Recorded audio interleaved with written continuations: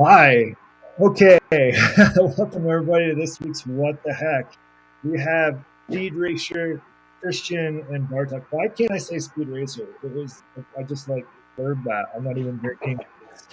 I have no excuse. I feel like it should Speed flow off Racer. everyone's tongue. It is a cool name. Anyway, let's do super fast intros. Yeah. Why am I hearing so much noise? Where's that coming from? I don't know. Maybe it's not me. I don't know. Either way, welcome y'all. Let's do super fast intros. Who are you, and what is one great module that you got in your case? Starting with Speed Racer, and then we'll go clockwise. Yeah. Name's Jason. I don't know how to introduce myself. I'm just a guy with a hobby. This is better than heroin addiction, right? And I'd say my favorite module is my Deckard's voice. I just love that thing. It's so silky. The Deckard's voice is awesome. Yeah. All right, Bartok, you're up. Can you hear me? Yes. Oh Very boy, clearly. I got some weird static coming back into my own ears. There we go. Well, my name is Bartok. I make weird synthwave music, and favorite module in my case. This week, let's go with the Three Sisters, because this week, right? Yeah, because I always say how much I hate the Three Sisters module. I can never figure it out or get what I want from it. But I was talking to Iggs Boson, and he's like, "You always complain about it, but you use it so much." So, that must be Iggs, a sign. Yeah. I'm gonna go with Three Sisters because Nice. it does have 4 inputs, 4 outputs. You could put a filter on either all highs, mids, or lows, and then have outputs for all of those. So it does really have a lot of functionality. I'm just always wrestling with it. I love that you listed that. It is a great module. That is a good assessment. All right, Christian. Yeah, I also don't know what to say about me. I'm also just a guy with a hobby, I guess. Trying to make some tunes on the side whenever I find time. Favorite module? I don't know. I will also go with some week's favorite, I guess. And this week, I will just say the IO47 by Instru, which is a lovely filter. And Lovely filter. I was going to say Three Sisters as well, but that would be boring. So no. IO it is. It's really a silky filter, super smooth. Lots of options. That's lots pretty of cool. options. That's pretty cool. I'll have to look further into. Maybe you know what? I'm not gonna look into Three Sisters anymore because I know if I look into it, I'll be like, I gotta get it, and I have a feeling this one's not like the easiest module to get right now. It is as Bartok said, it is really difficult. Like it never does what you want it to do. but if you just patch it without expectations, it usually does something good. That's how I would say it works. Yeah. Like, all right. Yeah, maybe that's the thing. You just need to lower the bar. Yeah. All right, my turn. I'm Hex 7. I make bad modular music and spend more time on Modular Grid than working, which is bad. But my favorite, but a great module. Like, speaking of modules where you need to lower your expectations and they don't really ever do what you want, but they eventually get there. I have a new mixer called the Mix 'em Up by Blue Lantern, which is an older mixer they made. but I love it because it's perfect for drum submixing for me because it has 8 inputs, 7 of And they're which super compact, right? it is super compact. And because with the drum mix, I'm not really messing with most of the accents, like the hats or any sort of noise-ish module. Like I'm not really messing with the levels too much on those. Typically the levels I'm messing with are the kick and the snare, and that's it. So like if I have those right at the top, no need to think about it. And each of the inputs, or 7 of the inputs, have I think like 6 dB of gain, or just a little bit more gain than the input, which is just enough to like give you a little bit of headroom there. So that has definitely like been my life-saving module of the week. So I'm very much happy about that one. Nice. Yeah, let's get into it. We've got like kind of a lot of stuff to talk about, but I know what I want to talk about, which is Jason, your new monster case is well named, but you just got this massive thing Yesterday. Yeah. yesterday, right? Like this, yeah, Yeah. and it's like populated, right? Like, and looks awesome. Tell me about this case. Why did So you? before he starts into that, can you blow Yeah. his video up? We can. Oh yeah. Well, let's do one of let's do this view maybe, and then switch people. There we go. Ooh, There we go. look at that. So, well, I feel like I should talk about myself because I was a keyboard player when I was in my 20s. Gigged around Boston a little bit and lived that rock and roll dream, such as it exists, right? And then went on to be a working stiff, which is like the classic story of most people who have been a musician at some point in their life, right? And sometime, maybe about 2 years ago, somebody flew a picture of this thing by my window, which was it's the Pluto, and got on the eternal waiting list for the thing. And because it was an eternal waiting list, the next thing that happened was I'm like, well, damn, what am I doing? And that same friend was like, oh, you should try maybe a Zero Coast, right? And I'm like, oh, actually, that looks like it'd be a lot of fun. Let me get one of those. Not available anywhere, right? Not available anywhere. So I'm like, well, crap. What am I gonna do?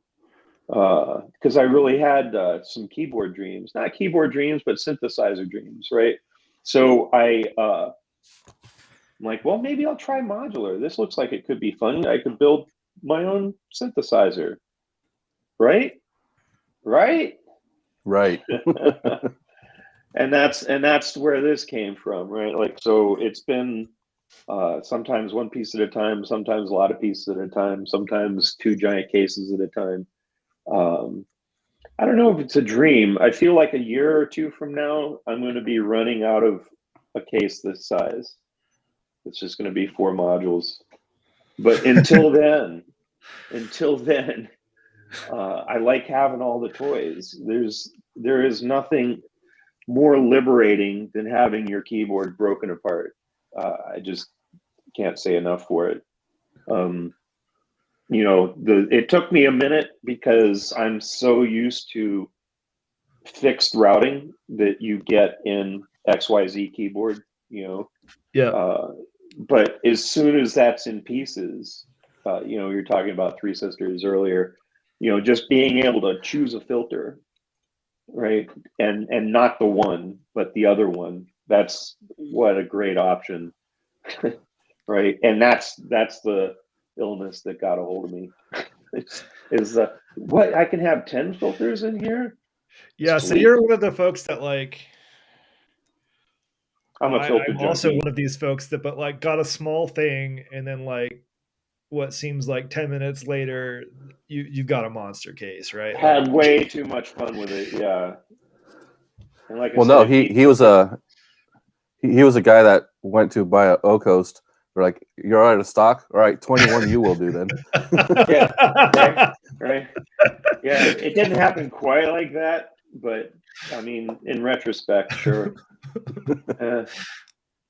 Yeah, absolutely.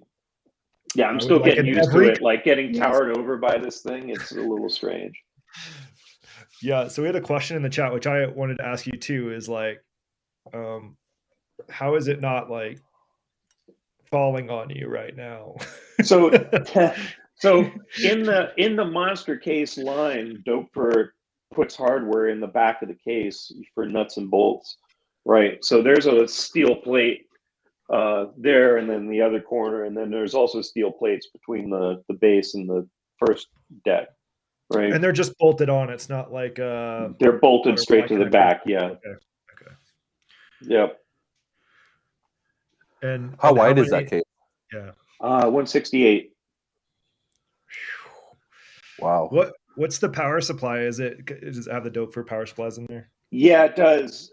And from what I'm told, although I haven't run into this issue yet, so it's one power supply in the 2Us and it's one power supply in the 3Us, right? So one of these rows is essentially over budget. Okay. But not quite, right? Most people say they don't run into a problem. And the 4s, I think, have 2 power supplies in them. Yeah, So, I think if you went really heavy on like some of the more power intensive digital modules or something, you could run into issues. Yeah, it might chow some. I'm definitely like so fed up with power supplies. I go with overkill route. That's like my instinct. I don't think you can go wrong that way. It's better than the other thing. Yeah. What I find interesting though is what you said. Like in 1 or 2 years, you're probably going to end up with a small case. And I think that's a really valid point. It's kind of you will. What's interesting is like you have all this stuff to play with, but then at some point you're going to be like, what's the minimum that I can do to like have fun and maybe go perform somewhere? And yeah, you're going to end up with a small case that's going to be really well thought out. Yeah, and I'll say one of my long-running fascinations is with instruments, right? So that's why I'm in love with the Pluto. It's why I'm in love with the Zero Coast, right? Is that they're standalone instruments, and the design of them was well thought out so that they're very quickly playable. Those kinds of features are, it's what makes a trumpet, right? and so this is not so much an instrument as instrument exploration, right? And what I think that small case will be is the instrument, if that makes sense. Yeah, like absolutely. that's what it'll distill down to. What you can do with small cases, like I have a 40 HP case here that I wanted to use for control stuff. I haven't really made it happen yet, so it's just floating around. And last weekend I gave a demo of the Deluge to some people. I wanted to add some Eurorack just for the CV and gate features it has. So the Eurorack wasn't important. It was just I wanted to show it works. So I didn't want to have it like a huge system in the camera frame. So I tried to make a little instrument in that 40 HP case, and it works. Like it's pretty amazing what you can do. Yeah, I agree. Enthusiastic Electrons also agrees and is a good example of somebody who makes like lots of these little cases for like a performance. I'll like put together a little case for performance. Although my favorite case that he does every once in a while is like it's like a 2x4 with like some rails like hot glued to it or something, and like the power supply. There's no back to it. Like I love that one. Yeah. It's nicer than that, but it just has that vibe of like I just put some rails on some 2x4s and that was it. It's perfect. But he makes really cool performances just off of these little cases. Right. Yeah, no, one of my favorite internet follows is Ihor, and he always operates out of small boxes. I think the opposite of that, like Richard Devine has like every module and I don't know, just a sea of cables. And I have to question how many of those cables actually get unplugged because there's just so much going on all the There does time. seem like a semi-permanence to some of that, doesn't it? Yeah. Versus a small case, like, it's trivial to unplug and replug everything in every time. So yeah. I mean, you can actually see behind me, despite having multiple of those, the biggest one I have is 6U. So I only have 6U cases basically that are already a bit too big for one instrument. Like it would be a very expressive instrument, I guess, if you split it Yeah. with just one voice. But a two-voice instrument or an instrument and a sample mangler or something that works great in those cases. So I try to make every of those cases usable standalone, basically. that makes a lot of sense. I'm not nearly that clever. I did that with a I'm few not of my sure if cases. that's clever. Like it is also a mental barrier because like patching across cases, you have like 4 filters in the one case, 4 filters in the other case, and then So deciding I want to strange use. Yeah, how that it's like works. It's I have so 4 filters strange. right here. Why not use those?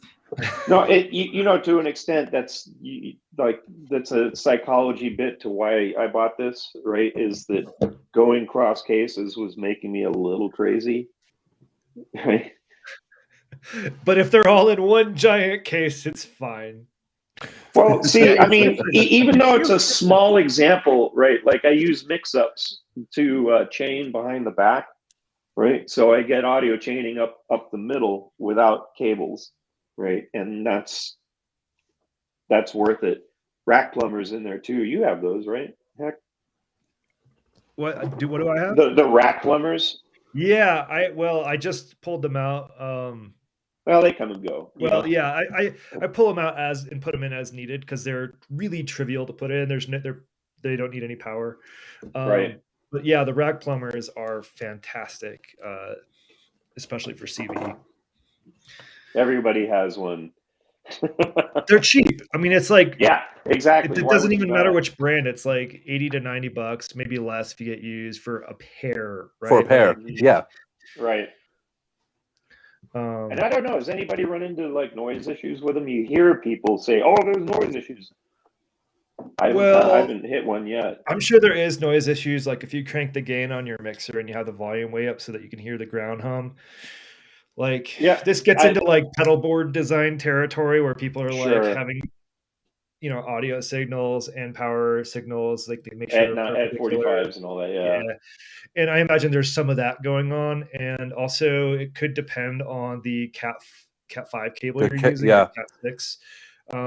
Like some of those are not shielded very well. In fact, the one it came with is okay. I went with like a fancy Cat 8 because it was yellow, that was shielded, and that hasn't had any noise issues. I will say they've all had a little bit of crosstalk, which isn't a problem. If you're doing all audio or all CV, it's not a problem at all. Gotcha. Yeah, just separate them out. Like the worst I had is using audio and like a clock in a twisted pair. But I mean, usually just don't use channels right beside each other for those two. Yep. Separate it out, and then it's fine. Yep. I'm just reading through chat real quick, but yeah, the rack plumbers are like game changing for big cases. Or in my case, I was going from like it was a setup time issue where I needed to connect that case to this case quickly with audio or CV, and so like one cable to connect a bunch of patch points is much faster. So that was the main reason I went to it. That too. Yeah, the pro audio world lives on snakes. I'm glad it's not a snake though, because like the snakes, for those not familiar, are like a thick cable that's actually like 6 to 10 cables or something, all with color coded heads. So you have to like, make sure the color codes go into both places just right. Or sometimes there's like the I forget what connector it is, like computer monitor connector or something used on the DP5. Yeah, they have those connectors. on one Stage side sometimes boxes. too. Yeah. That's like nice. All right, so we got a question from yeah. Egon. Yeah. He's asking us, speed racer with such a big case, how important or what techniques do you use for module arrangement? Ooh, that's a good question. Technique. So we were talking about this before we jumped into the show about how you pilot modular grid so much and then you stack this stuff in and it's a kind of different story. And I'm in that period where I'm like, is this where I want that thing? Or I was complaining some people earlier this morning, there's a chunk of Leibniz in the highest place and it all has to go in as one piece. And that was stupid. If I ever want to rewire it, it's well, I mean, it's already come out once. It sucks, right? So no plan survives contact with the enemy, as they say. I will just want to drop in on that point. Like having a lot of vertical cases, it is really hard to, even if they're just straight up and down, it's really hard to get just a regular single panel thing in. They get the screws in and everything because, you know, gravity is a thing. I can only imagine like if you have something like the Metron or any module that the droid series where they're all connected on the back, like getting something like that in like above you at an angle is going to be kind of Yeah, nightmarish. no, it's an immediate, I am regretting this decision. But I've stuck with it. I'm going to be like, you know, grit my teeth through a little bit. I don't know. I'm still working on Leibniz, so that's its own discussion, right? So the way it's wired, maybe I'll keep it, maybe I won't. Hopefully, you know, who knows. But as So far as right now, technique, yeah. go ahead. You were asking. Well, I was just going to say, so like right now, I know you've changed it up a couple times, but what do you have? Do you have Okay, you know, so all your... what I do, and this is kind of something I've done no matter what, right? Is that motion from sort of controlled to you know, I'll call an LFO random, just like one, you know, whatever can wander on its own is somewhere in here. Sequencers are down here, so motion up into an audio source into audio filters, like so. That's the idea. You realize once you set it up, like my morphogene's out for service, but when it comes back, I'm gonna wish I hadn't put it here already because the audio comes out up here in the corner, and it's a long way from that, right? So, and that's what I was saying before. You have these dreams, but as soon as you start adding wires to it, then the experience is different, right? And so this is only, it's not even 24 hours old, right? I barely started to plug wires into this. I'm sure I'm going to find other things that I regret. I mean, any new case, like you're going to have to go through like months of refinement, maybe years. Yeah. I don't know. So Yeah. that's normal. And another thing I did, I don't know if anyone else has ever hit up Mother Deskin for this, but she'll rearrange your case for you, right? You're just like, oh, this is what I got. She'll be like, oh, here you go, right?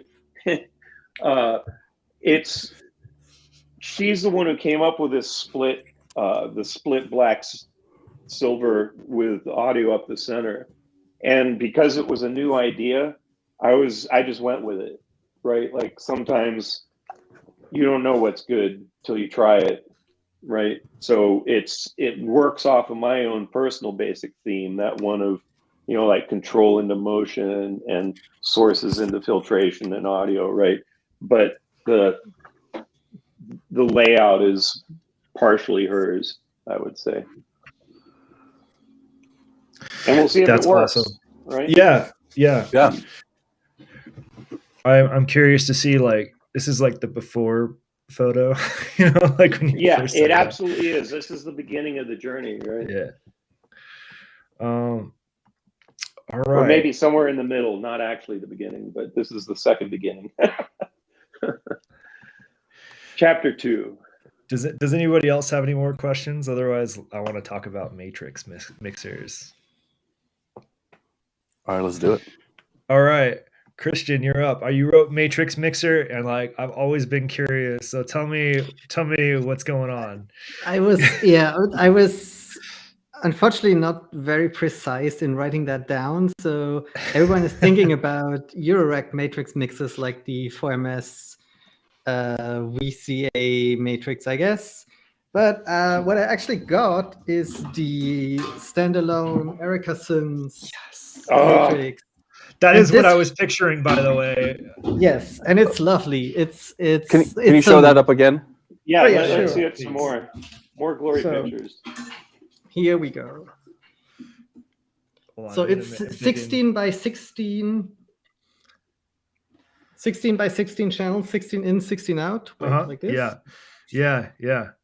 And Nice. you can, there's not much control. Like you can enable or disable a connection, and you have two ways of attenuating. You can have 66 or 33% attenuation. Oh, so it's like two levels. Like you can drop three it by levels a third actually. or Full. Yeah, 0 dB or the other two cuts. Exactly. Yeah. But that is nice enough to like get Eurorack levels down for desktop gear. So I can plug back and forth between Eurorack and like a pedal, an effects pedal or something. And Neat. yeah, it's super fun. It can be MIDI controlled, so you can switch presets. You can store presets and then switch between better all the the time. setup. Yeah. So that's fun. And obviously, I mean, MIDI, so you can use it with a sequencer. And then I was gonna say, I just pictured sequencing the presets, and you could get like that's if the you idea. used it just with modular, you could have a different sound per step of a lot of things, like very wild stuff. So that's the idea, and with stuff like the Three Sisters and such, you can have fun with that setup. So that's the direction I'm heading for. I've been thinking a lot about the the Herbs and Stones Pathways as a fun box. Yeah, that looks super cool. I saw it after I bought this one, and it looks fun too. Yeah. So that is one of those devices that I really am very curious to see folks do cool things with. Because I also somewhat want it. I saw it was listed on their B stock sale, or one of them was listed on B stock, and it was very hard to resist that. So I haven't used it that much yet, but what I used it for and what it's nice for is something like the Deluge can record and also loop audio, but it only has two inputs, two outputs. So I can route back and forth, right? So sequence something, loop the audio, and then get something else running and get it in and loop it again. That's cool. And throw some effects in between and stuff like that. That's the idea. I might get an SP44 as well, and then it's two loopers with lots of effects, and that could be interesting. That'd be rad. I don't see a lot of loopers in Eurorack performances. Like occasionally, I mean, I don't see a lot of like the traditional like clock sync loopers. Like obviously lots of people are like running near infinite loops on delays and things like that. But that sounds like a lot of fun. I can't even wrap my head. Okay, so on EMS not too long ago, and I'm pretty sure some of the other Discord have all had this same chat about pin matrices versus like a digital matrix, or even just matrices in general. But more recently, I saw one talking about like the differences between pin and digital, and some folks weren't like stoked about the digital. But I gotta say, like the Micro Freak over there has a digital matrix on there, and it is like pretty awesome to use. Like pins are really cool, and the aesthetic appeals to me a ton. But then I think about Battleship, and like there's some fiddliness to it. I drop things a lot with my kludgy fingers, so I really like that with the digital ones. I can't like drop a metal pin into my rack or something. Like, Yeah, no, you know, they're a little they have a bespoke aspect to them that's always going to be, you know, difficult. I would say, you know, if you were ballsy enough to take your Cynthia out on a live tour, you wouldn't be touching the pins, right? They would just be where they yeah. are, and you'd be adjusting the dials, but you wouldn't I be mean, touching you the probably pins. would. Like, I think the pins themselves aren't like the most expensive because it is pretty much what it says. It's more like the Oh, but it's a contact-based system, right? Like the right. more they have an insertion life, right? Well, right. And So I was gonna say with Forstein, like the it's more of like the what you put the pins into is the tricky bit. That's like a sort of custom manufactured thing versus like a TRS jack, you know? Yeah, like right. a clamp. Yeah, it's true. Also, this is I find this amazingly fun. Like in the beginning, it's super annoying to have these two dials. Like one is vertical and one is horizontal. Yep. So it's fun to It's use. Like Etch a Just Sketch. etch a sketch, yeah. yeah, and it's just very enjoyable to have this click click click click hit. Tell me because they've got they, an they, Etch a they, they Sketch make a mode, synth right? box. They should have They made it make where a you synth can box shake with that, it right? and it clears everything. yeah, that would be nice. That would be That nice. would be useful. They have a synth box that has that matrix in it too. I can't remember the name of it. Yeah, the Syntrax. Centrix, yeah. Yeah. That And the sounds right. Centrix 2, I believe, also has Yeah. it. A little cheaper, from what I understand. You know, a little less expensive. I hope Always so. intriguing. It's a beautiful synthesizer, I will say. Yeah. This is something that I always wrestle with. Is there are just some really beautifully designed, not just aesthetically, but just like well put together and like well organized and well designed synthesizers that pop up like the Centrix, like some of my favorites are like the Centrix, like the Grandmother, like MS-10, like all of these really cool synthesizers pop up. No Teenage Engineering Choir? I want to loop back to that. let's put a digital pin in that. That was dumb. I apologize to all of I the like it. It viewers was on good. behalf of I that thought it was stupid good. callback. Anyway, they pop up and I get really excited about them. One I was really excited about earlier, like the last couple months, was the Moog Siren Analog Messenger of Joy, because it's essentially a Moog Taurus with a bigger octave range, and it's just a beautiful design. It's got a cool name. It sounds really good. And then the more I dig into it, like in terms of like, oh, do I want to spend money on this? And I think about my setup. I'm like, well, what do I have that sounds the same as that? Like, and you know what? The same is never going to happen because I don't have like the Moog filters and Moog Signal Pass. But what do I have that sounds like good enough for me if I'm not comparing them side by side? And that's been like deterring me from buying these synths. Like, I just, I want them, but do you I don't know, do you wrestle with that kind of stuff? Like there's so many cool things that pop up every year that I would love to have for just like a week. It's super tricky, especially because they look so neat, right? Like a Centrix, it just looks good. Or an MS-20 or whatever. Like all of them, if they are well designed, they just look good. And obviously, also if they're well designed, they sound just good. Yeah. You can make your rack sound like that, but you need to put in the work.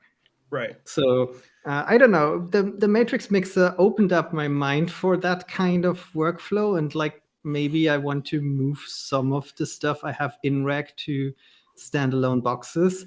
But then on the other hand, you lose the flexibility, of course. So it would have to be a sound that I really love, right? Yeah. So it would have to be something where I'm like, yeah, I would use this all the time because the sounds are just those sounds I like anyway. So that could work, I guess.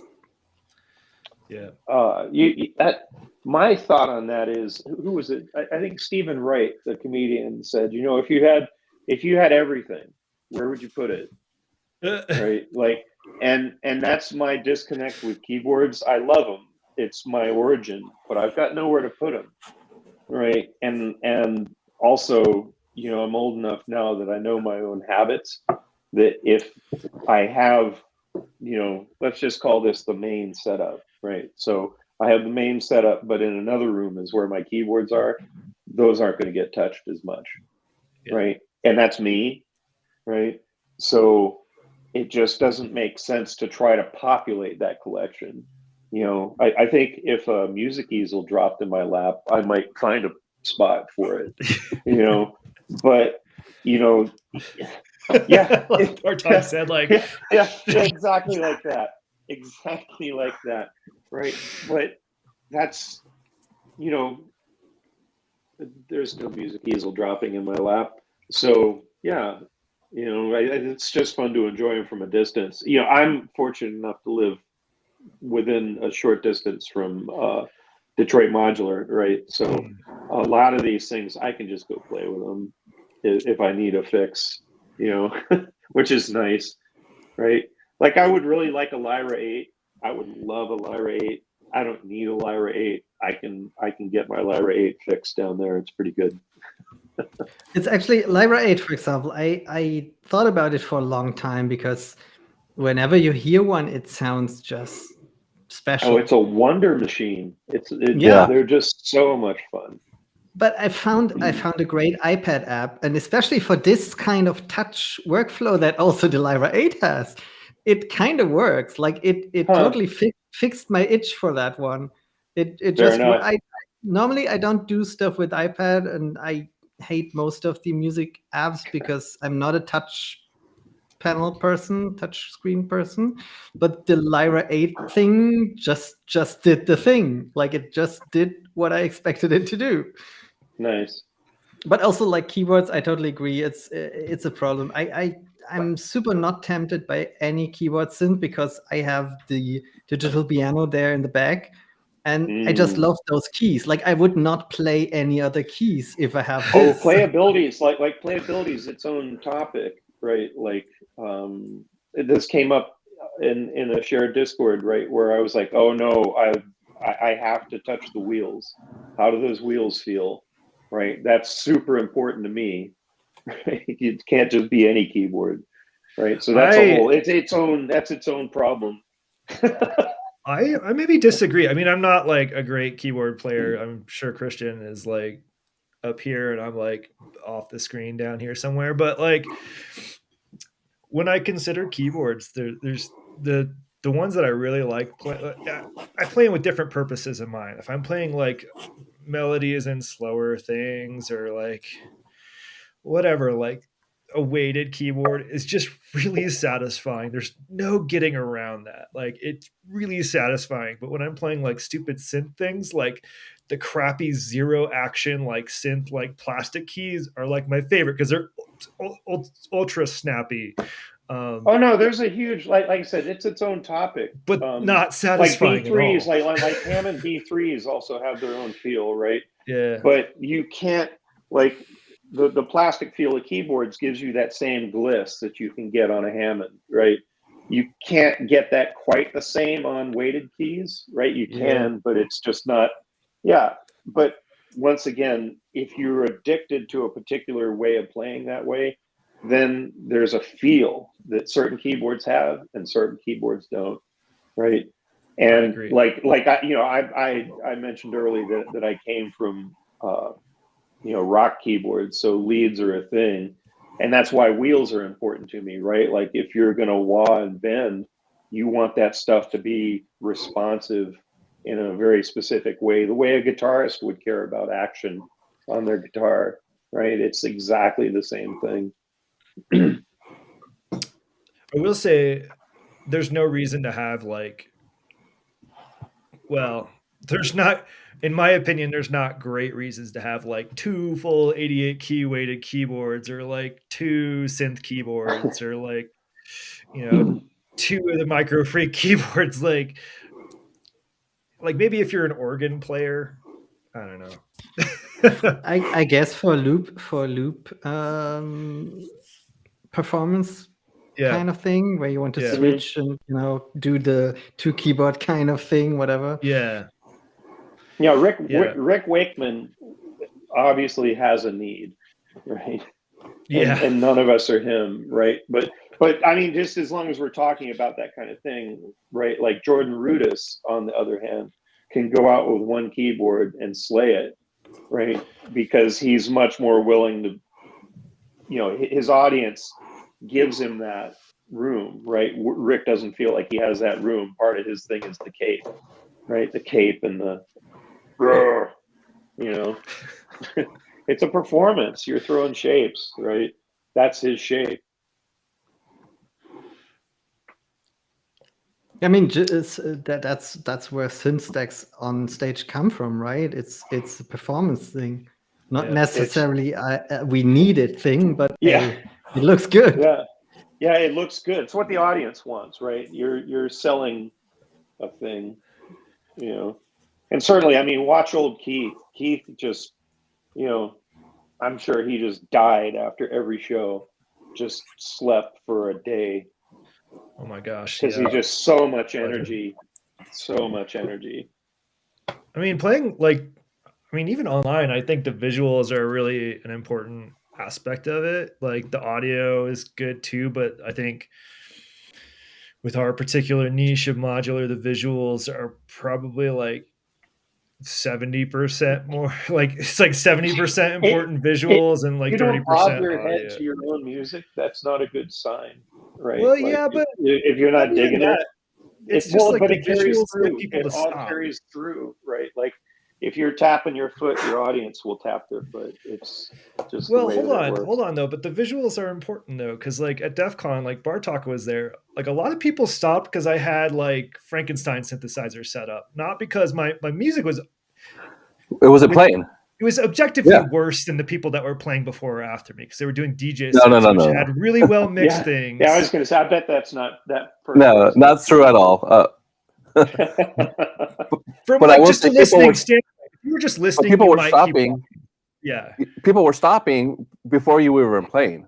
So as to the visual aspect, like there's something that just grabbed people on, like what is this? Versus when you saw the DJs that were getting set up, everybody kept walking because they knew what to expect. Right.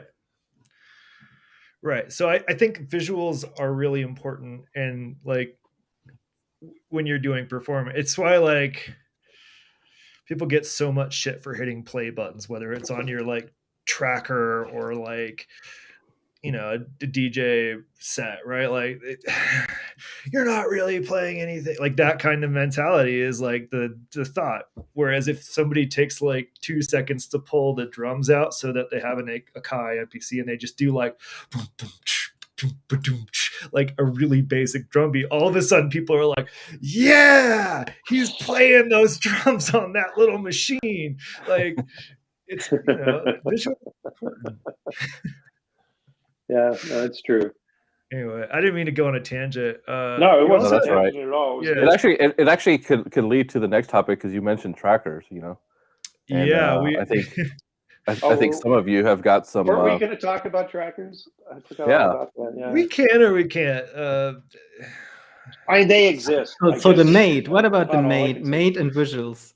The mate needs like a mate boat or something, like something that brings the visuals to it, I guess. Yeah. So the M8 is pretty compact. It's a tiny little baby machine that is made by a magician who's made like this.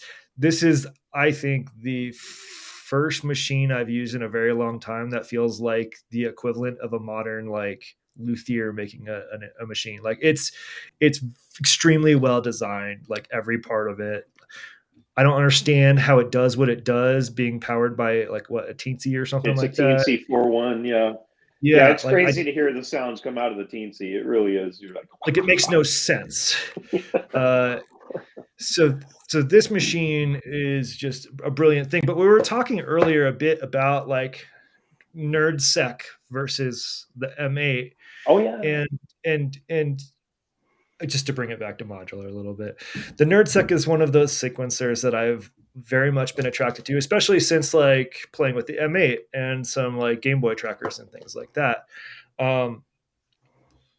You use both, don't you, Speed Racer? Is the Use is a loose term, right? Like I only just discovered trackers when you posted that link to the headless uh, 3 or 4 months ago.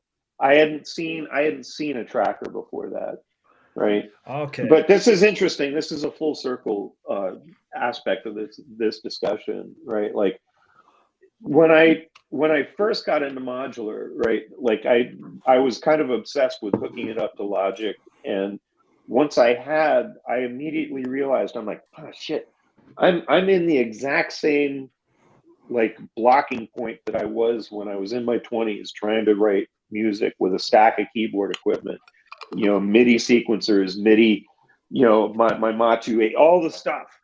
And, you still had to write the music, right?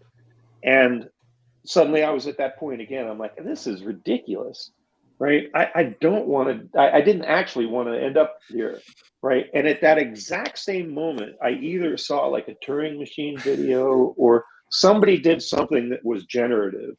I'm like, oh, wait, this is what people are actually doing in these racks. And then I, hard turned Game towards on. that, right? And just abandon Logic because I didn't want to write music. What was much more fun was to have a musical bus that had a really loose steering wheel, right? And you could just let it go, right? And then jump in and drive it once in a while and then let it go, and not All right, struggle we got to on. get you and Schmooster on at some point to talk Oh, musical really? bus. Yeah. Right. So trackers came in at some point, and suddenly I was just like, oh Jesus, it just made a bunch of sense on how to, if I wanted to create music, I would do it this way. Does that make sense? Yeah. Right. I had a very different approach to that. Like I saw trackers and went, oh, cool. You could make music with spreadsheets. No thanks. But I got more curious and tried it out. And it was just, it's like, do I want a nerd sec in my case for how I play music?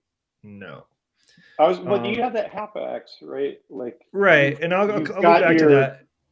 Drive, you've got whatever you want to call it, the mothership, the way to center the bus, right? Yeah, but the NerdSec, the way I use the M8 tracker is pretty isolated. Like it is, I don't like using it with other gear. It is sort of the nutshell because it's something I can zoom around and I can write and compose with. I can compose an entire track, and there's some random stuff you can do, and there's lots of capabilities, and there's sound design. It's all in a little box. So like it's calling it a groove box, I feel, is like underselling it, but like that's typically how I use it, and I'll like add samples to it and I love it.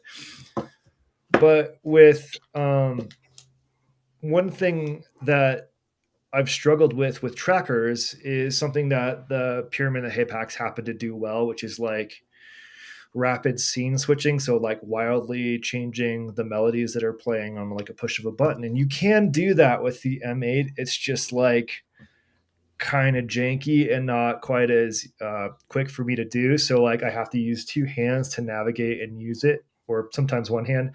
But like with a Hapax, I can like reach over and tap a button, right? And at the same time have like a filter going. So I look cool doing something really dumb, but makes me sound like that kind of stuff. So that's the main reason I haven't gone toward the nerd suck, even though I'm really attracted to it. Like it has so many cool expanders, and I would argue that one is similar to the M8, and where the creator is so extremely passionate about it and making it as good as it possibly can be. He's really something to work with. That part is pretty amazing. So I got a question. Yeah. Can we explain, like on 5, what a tracker is? Oh yeah. So a lot of sequencers. Music is video games. no, there is one that anyway. most sequencers have like a playhead that's moving across a thing, and sometimes it's a circle, sometimes it's a line. And a tracker, the main difference is it's like sort of going straight down a big list of notes. And there's some idiosyncrasies that make up a tracker. Like typically they have a certain amount of lanes, and a lane doesn't necessarily correspond to an instrument. So like on a normal sequencer, like on all 8 of those notes that you have or whatever, they're all sequencing the same instrument unless you're doing weird splitting things, right? Right. Okay. Or like sequencing chords and then using another sequencer to sequence the gates for all of those things. Like for the most part, it's sequencing one instrument. On the tracker, you can actually control every single step to be a different instrument or a completely different set of parameters for that instrument. Like, meaning you can get really crazy dubstep, you could do ambient stuff. There's lots of programmatic controls, typically like jumping to different steps. So if I hit this step, jump here on the list, and you get more sort of randomy stuff too. Like it's building lots of instruments one step at a time via a spreadsheet. That's it's probably also important to you're mention setting your the notes. history of them though.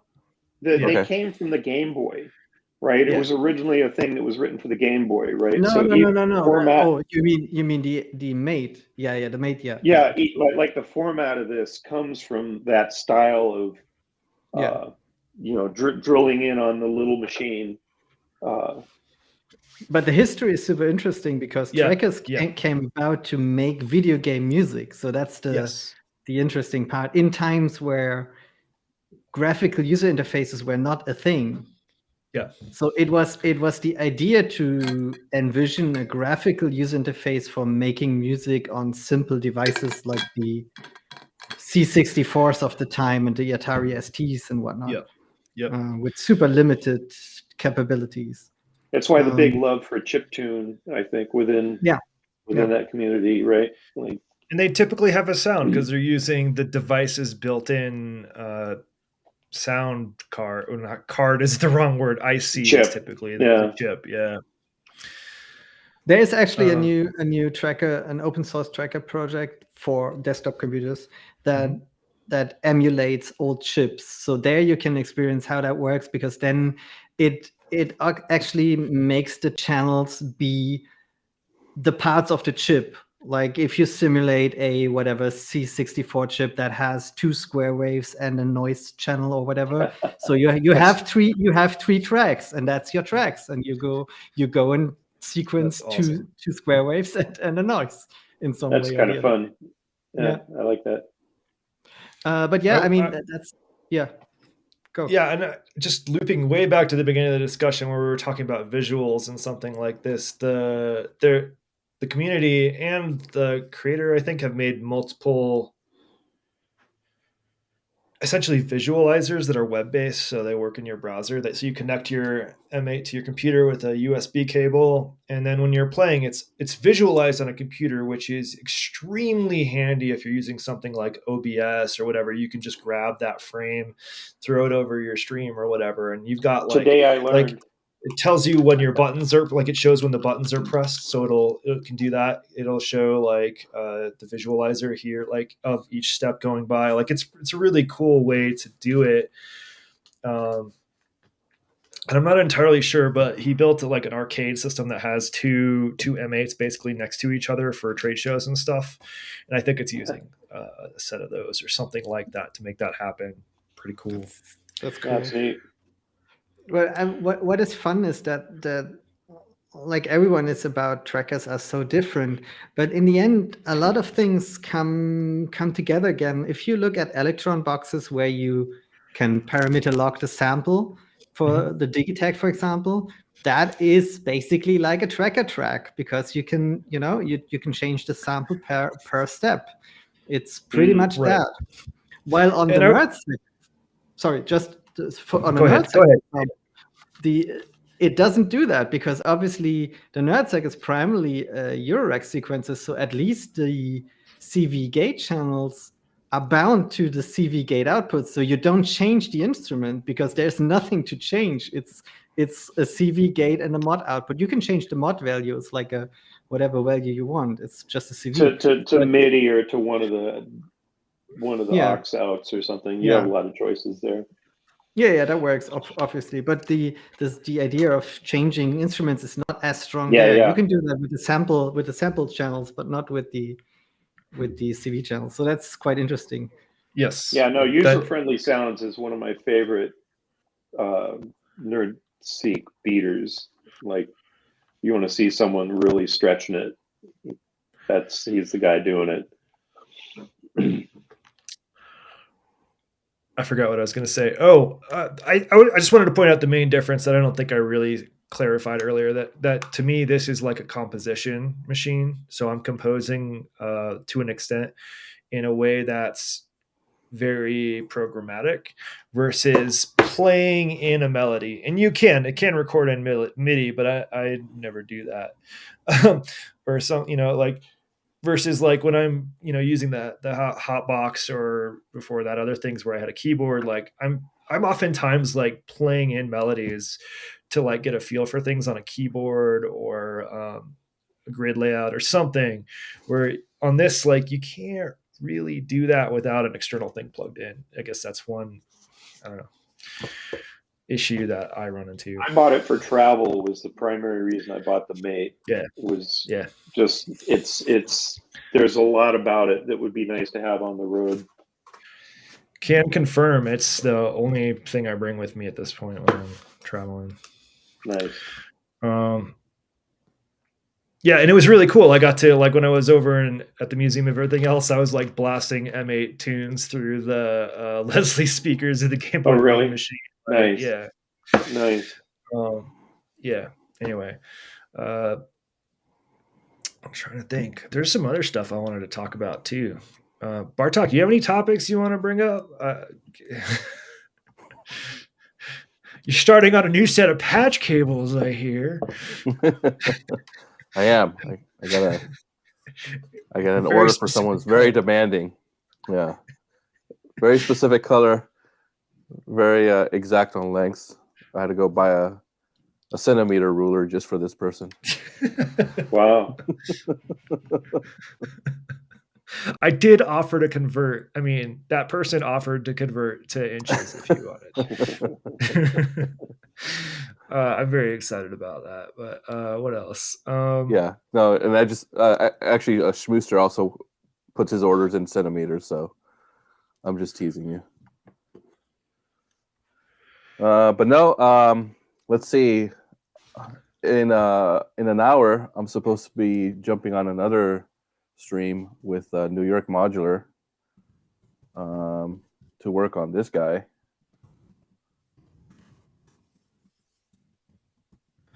Ooh, is that a wand? That is a pressure sensor. The Soma thing? Oh no, okay, interesting. It's a ribbon controller by Subjective Eyes. Yeah. So it's one that they just came out with. So we're doing a build. The world needs more expressive controls. Yeah, a build stream. This one has some more features than like some other ribbon controllers that I've seen.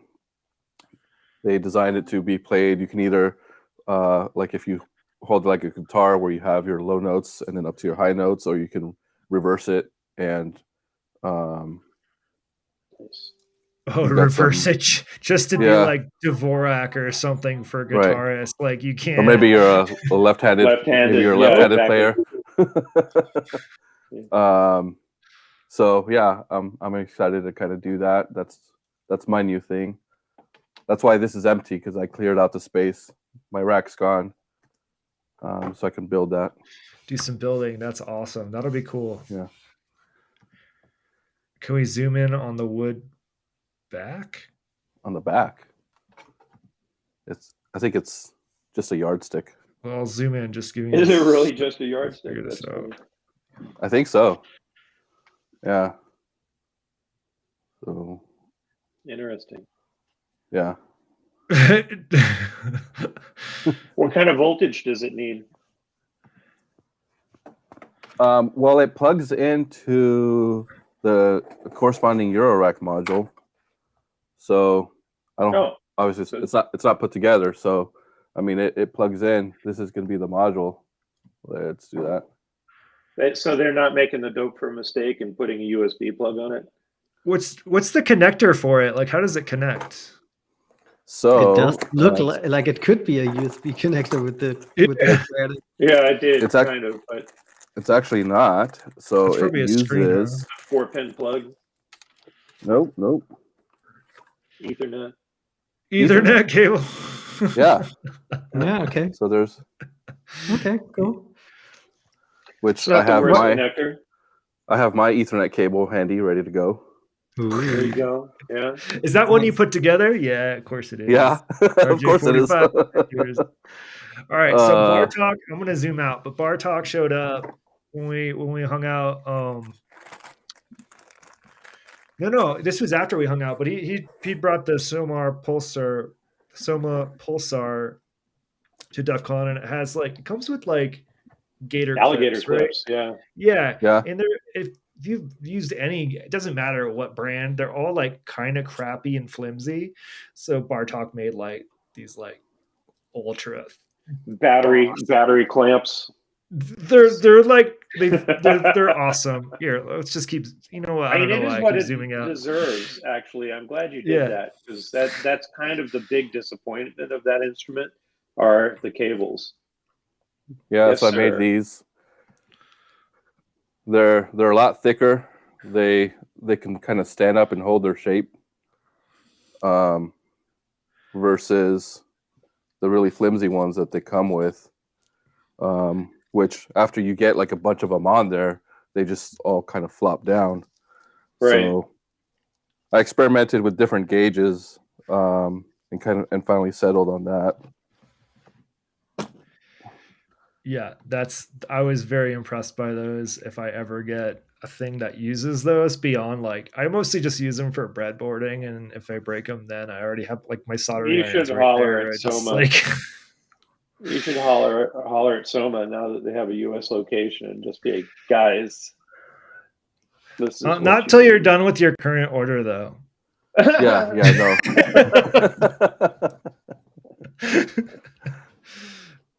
You can definitely order those. I'm sure Bartok would hook you up. All right.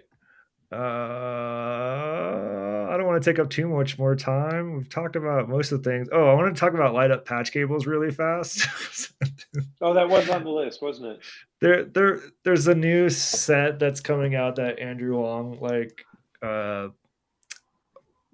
promoted recently. I think it was his idea, and he's working with another company to make them, and they look cool. They're like a little more subtle than like the clear ones.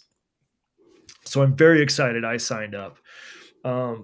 But I also saw like across the board and all of the Discords that I'm in, like as they pop up, people are like, oh, but they suck for like pitch control or blah, blah, blah. They can't rely on them for control voltage or whatever. You're going to get voltage sag. And I'm like, yeah, but like I'm attenuating my LFO anyway. So it's fine. Diode filtration is a thing. That's just keep telling yourself that. Yeah. Like, I mean, it is true, right? It's not like, but it was so negative. I was like, these are awesome. I'm going to buy these. Like, but you're going to lose like some voltage. I'm like, yeah, but I don't care. It's an LFO, man. Like, come on. They're good enough for Richard Devine, right? Like yeah, I use it for my theremin, some LFOs, any control voltage. You can use it for clocks. Like it's fine. Like if Richard Devine can buy up all of the current available ones, like I'm glad there's another manufacturer coming. And then suddenly your sequencer doesn't work because the voltage is not enough for your it's just like that much below. Yeah.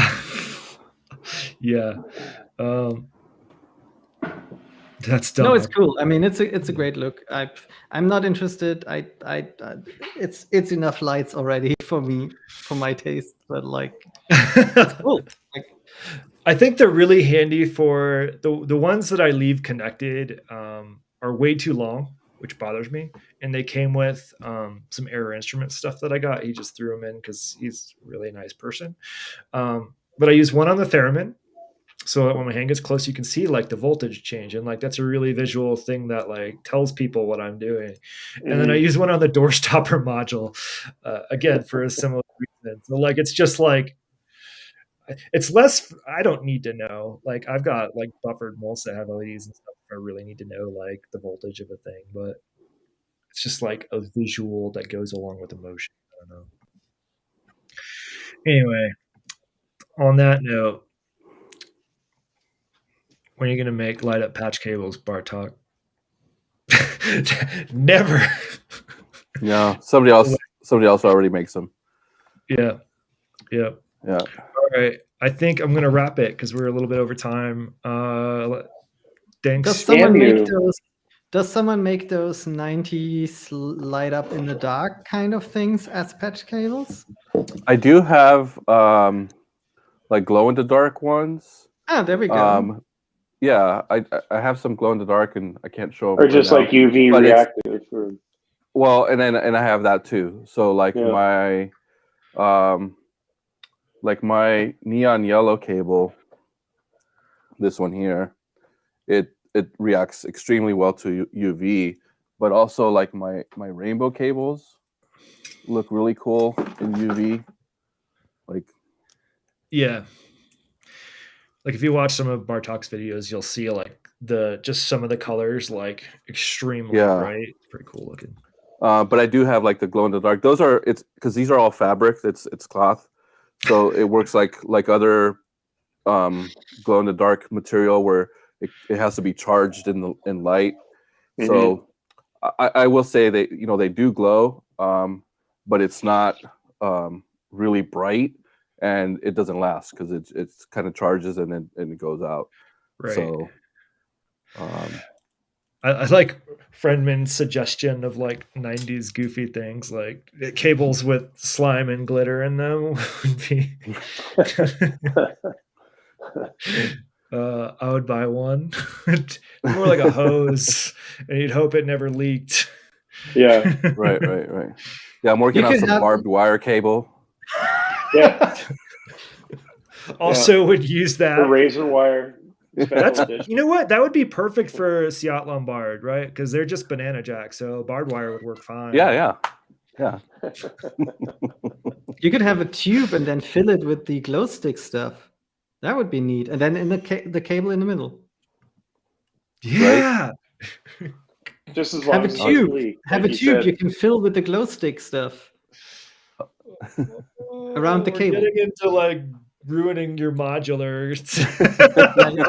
Of course, that could be one. Everything devolves to the case on the beach. Right. Yeah.